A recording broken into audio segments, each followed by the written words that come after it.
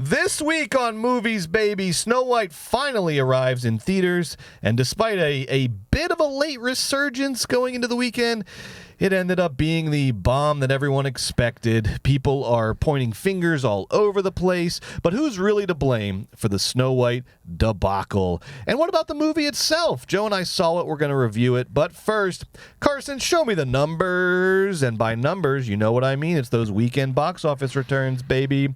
There it is. Snow White made $43 million domestic, and an additional 44 in international markets, so that's 87 million total opening weekend against a $270 million production budget. Now, Joe, on the bright side, this is ridiculous. Second biggest. That is ridiculous. That's one of the most expensive. We were excoriating The Electric State for being $300 million, and that was put together with streaming financing. Yes, exactly. This is a theatrical distributed picture. $270 million. Exactly. Because if you'll remember, we estimated that if Electric State was financed as a theatrical release, it would probably be under $200 million. So this is like if Electric State cost $500 million. Right. $270 million is way too much to spend on pretty much any movie, but definitely on the Snow White live-action remake. On the bright side, though, this is the second biggest U.S. opening of the year, and Snow White is already the sixth biggest movie of the year worldwide. After only one weekend. Did Disney pay you for that one? No, that was a good one. The big asterisk there is it's been a bad year, famously a very slow year for theatrical releases, and so to put this in a more suitable context, 43 million is. It's less than Disney's own conservative projections. They were hoping for 50 million opening weekend. And compared to Disney's other live-action remakes, this is the lowest domestic opening yet. This is lower even than Dumbo, which made 45 million opening weekend in 2019. It's way lower than the ones that hit. Little Mermaid, Jungle Book, Aladdin, Beauty and the Beast, Lion King, all of those made over 100 million domestic opening weekend. And if we look at Dumbo as the closest parallel, then Dumbo ended up taking in $353 million total over its run. So if Snow White stays under that number or around that number, it won't get anywhere close to profit on a $270 million budget. It would need to get to around $600 million to see profit on this big of a budget, which would require some major staying power. It would need to pick up steam in the next couple weekends, but with the lukewarm reviews and the sort of continuing bad vibes around the movie, that seems very unlikely. And let's talk more about Snow White now. And we can put away the box office numbers for just a second. So thus ends the long tortured road of Snow White, a movie that, as we discussed last week, was plagued over the last 3 years of its production by this nonstop litany of controversies, some of them real, most of them imagined. There was the way that the Seven Dwarfs were going to be presented on screen. There was Rachel Zegler's public critiques of the original film. I should say very light critiques of the original film. And I also saw a very savvy internet detective went back and found all of the other Disney princesses from the other live-action movies literally saying the exact same thing in their press tours about how it's not going to be an old-fashioned princess, it's going to be a new princess, and it didn't matter. And then when Zegler says it, suddenly it's a fucking firestorm, I guess because she's Latina and all these Disney adults are racist. You're racist, Disney adults. Get better. There was also, the politics of Zegler versus the politics of Gal Gadot. The Zegler's saying stuff about Trump and is pro-Palestine, then Gadot is obviously pro-Israel. There was MAGA lunatics who didn't like the omission of the song "Someday My Prince Will Come" from the movie. There's just this nonstop, just seemed like storm of again, sort of mostly imagined, some real controversies that just created such bad vibes and such a dark cloud over this movie that it just ultimately could not escape. And even last week, Joe, they did Gal Gadot's Walk of Fame star ceremony. It's like, guys, what? And of course, inevitably, there was pro-Palestinian protesters, and then there were counter-protesters, and then they get in a fucking fist fight across from the Walk of Fame. It's like, of course that's gonna happen. Put Gal Gadot on a fucking island somewhere. Jesus, what are they doing? Anyway, at the end of the day, Joe, who do you blame? let's play the blame game here. Who do you blame ultimately for the underperformance of Snow White, the live-action remake? Brett, we blame the same person. The blame is with Disney. Thank you. The blame is with the Disney Corporation. It's on you, Disney. You overthought this one. Through all of the ups and the downs, you didn't just keep your nose to the grindstone and put together the picture.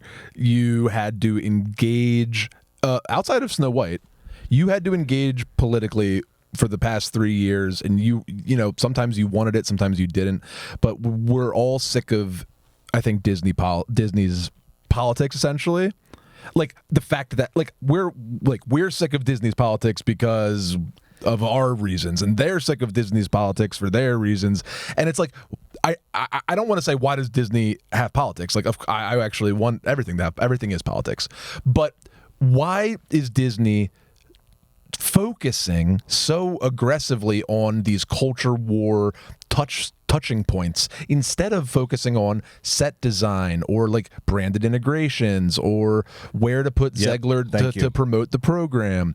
Where were some of these? I feel like everybody at Disney was running around like a chicken with their head cut off, inflating this budget. I know COVID got in the way and probably influenced the budget escalating, but it was mismanagement. It was a mismanaged production, letting it go to 270. It was a mismanaged marketing effort, letting the Zegler and letting Twitter dictate terms of the P&A and of the marketing of this movie. It's so stupid. I saw the movie, Brett. It's like, it's just for like little kids that like songs and like afternoons with their parents at the movie theater. Like a wild overthink. You cast a Latina person as Snow White, just like cool. I don't know, like I'm sorry that it doesn't. First of all, how dare you make this a fucking problem? People that care about stuff like this, how dare you? Yes. Second of all, Disney, how dare you not just like stand behind your obvious casting? Like, Zegler was extraordinary in West Side Story. I mean, I've told the story 10,000 times. Yes. It's so simple what happened. She's the best singer of her age at Broadway stuff. She's awesome. She was amazing in West Side Story. Steven Spielberg told Mark Platt she was amazing. Mark Platt put her in Snow White. Great casting choice. Disney decided to pretend like this was a huge problem for 2 years instead of just like owning it and being like, oh, Zegler just murdered in West Side Story. She's amazing. Oh, and also don't worry about the whiteness. No, she was born in the snow. Shut the fuck up. We're all moving on with our lives. I think because of the machinations at the top of Disney over this period of time.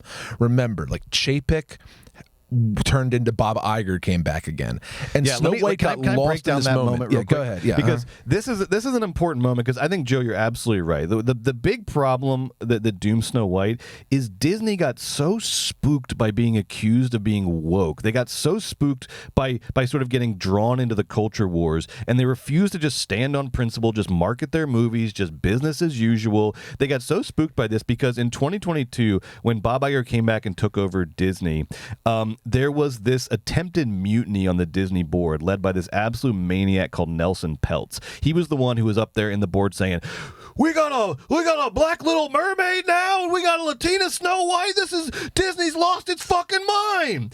And everybody knew this guy was crazy, but unfortunately in 2025, the craziest guy in the room, ultimately sways the conversation, and everyone has to kind of appease him. And so what Bob Iger did was, Bob Iger ultimately was able to sort of win the battle versus Nelson Peltz, but not without taking some major damage, because what he had to do is say, okay, Disney's not woke anymore, we just do entertainment, which is you were never woke to begin with. That's just the perverse the Little Mermaid language of the culture war. Yeah, you're not just woke. Yes, that's just long overdue representation. One time you cast black person. But now, because of that whole thing where there was this attempted mutiny, Disney is so freaking scared, so terrified of that woke label, that this whole time, they just tiptoed through the marketing of Snow White. Just, oh, Rachel, no, don't say anything, Rachel, no, Rachel. They couldn't, they were so terrified. She's You're 20. Fucking Disney. You're the biggest company in the world. Yeah, market your fucking movie. Just market your movie, okay? Don't worry. Because the thing, Snow White. Don't you realize that the thing about the culture war Wars now is it is just this on Twitter, this on Fox News. If you marketed the hell out of Snow White, everybody's coming to Snow White opening weekend. Everyone's taking their kids to Snow White. You know why Trump was elected? It's not because everybody on the face of the earth understands the minutia of every fucking Twitter argument. It's because most people don't pay attention. Most people don't pay attention to what's going on. And it would have been the same thing with Snow White. If you had just marketed the hell out of it, the most people, red state, blue state, doesn't matter. They don't know fuck all about what Rachel Zegler said. They don't even know the name Rachel Zegler. All they know is the name Snow White. And if you had shoved that name down people's throats for a year instead of tiptoeing around the marketing of the movie because you were so terrified that you had a Latina Snow White that didn't like Trump, you would have had a $100 million opening, and we would have been back on track for the 2025 box office, and everything would have been fucking rosy. But now the town's in fucking crisis, and the industry's in fucking crisis because you got to kowtow to people like this maniac Nelson Peltz on the Disney board. Fuck you, Disney. Passionate and true. I forgot what I was going to say. Well, let's talk about the movie. You want to talk about the movie? Yeah, let's talk about the movie. Sorry. It's Monday morning. I had two cups of coffee. No, I agree. No, yeah. Well, yeah. Yeah.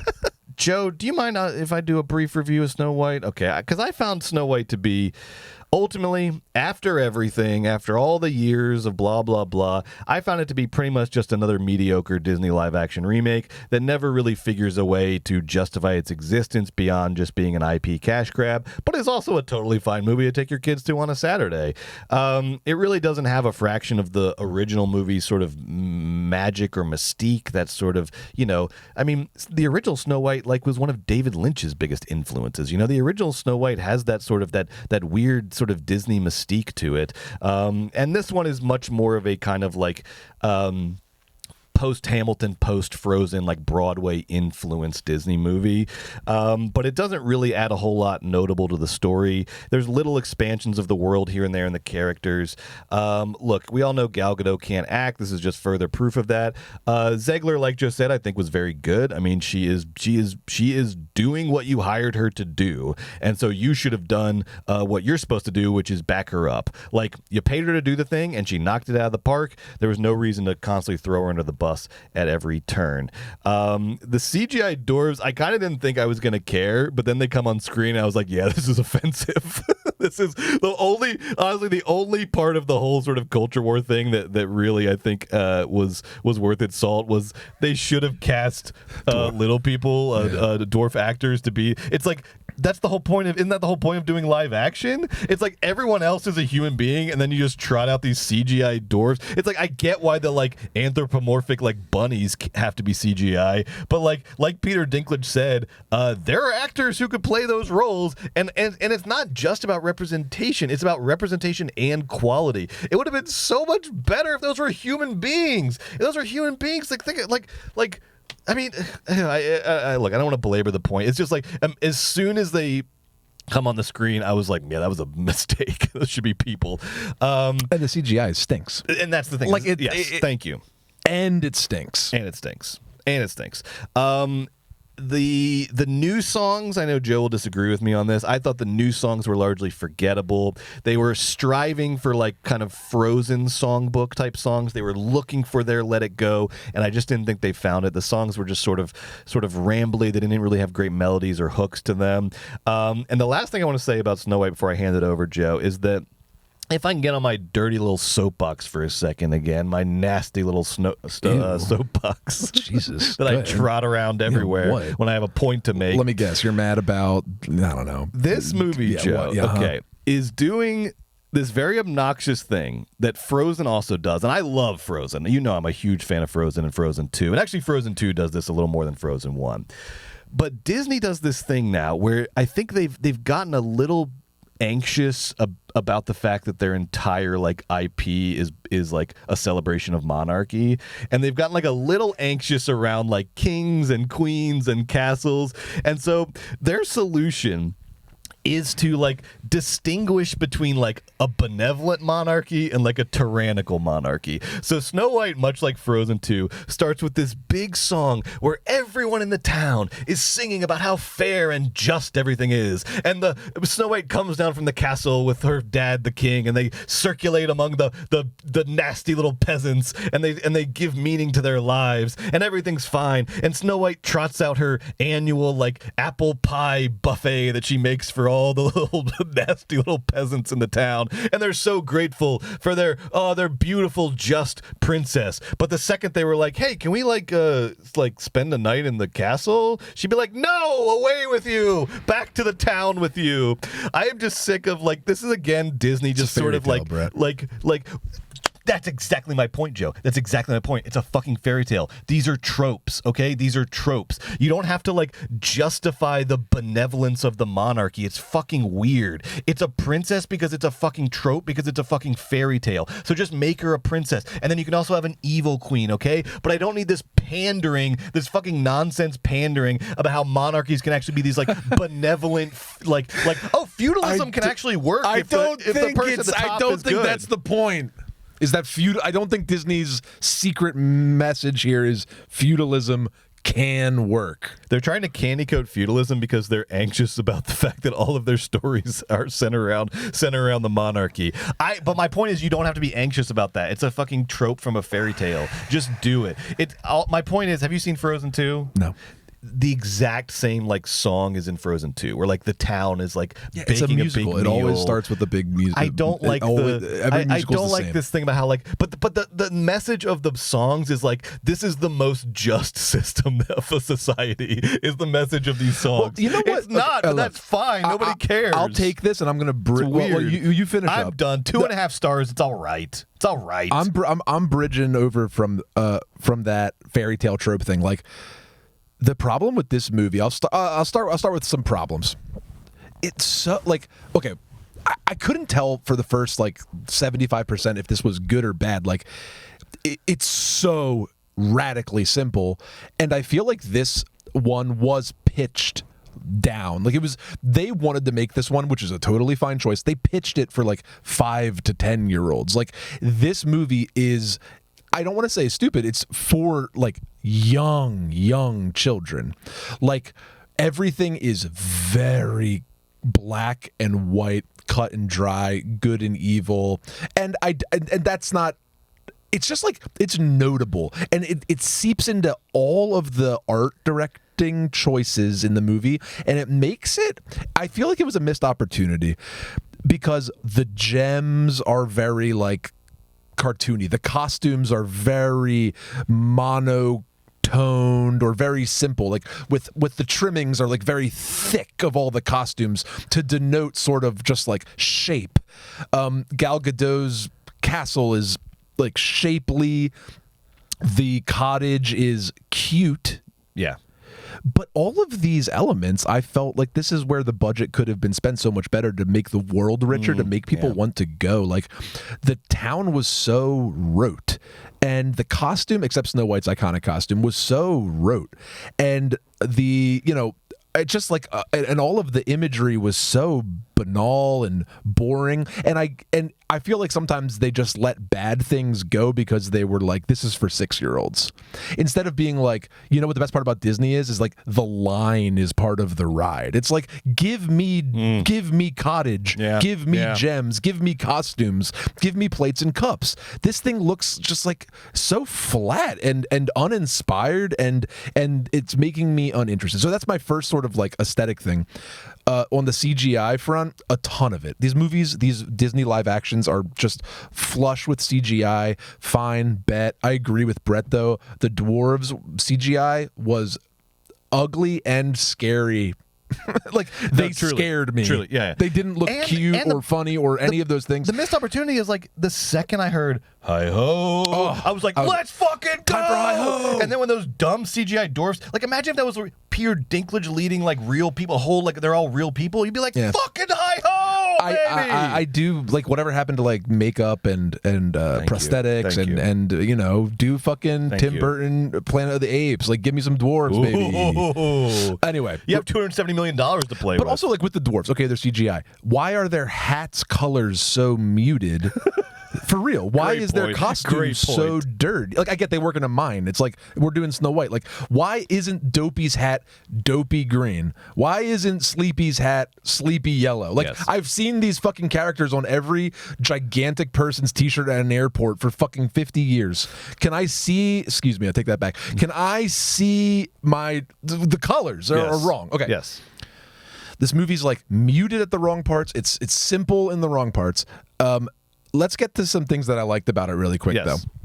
Here's what I did like about it. Number one, Rachel Zegler's awesome. She's really good.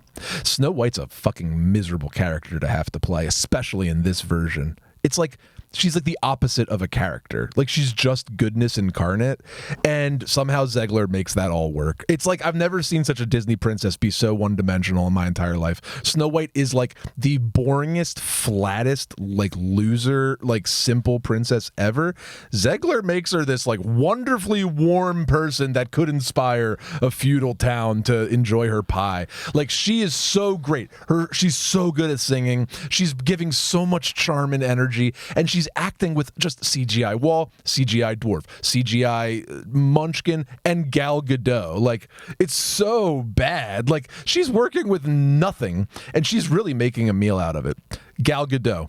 Okay. This is Gal Gadot's best performance ever. Easily the height of Gal Gadot's career is in this film. Gal Gadot can sing? I didn't know that. Gal Gadot can make a mean face? I didn't know that. Gal Gadot can like approach understanding like the joke here? What?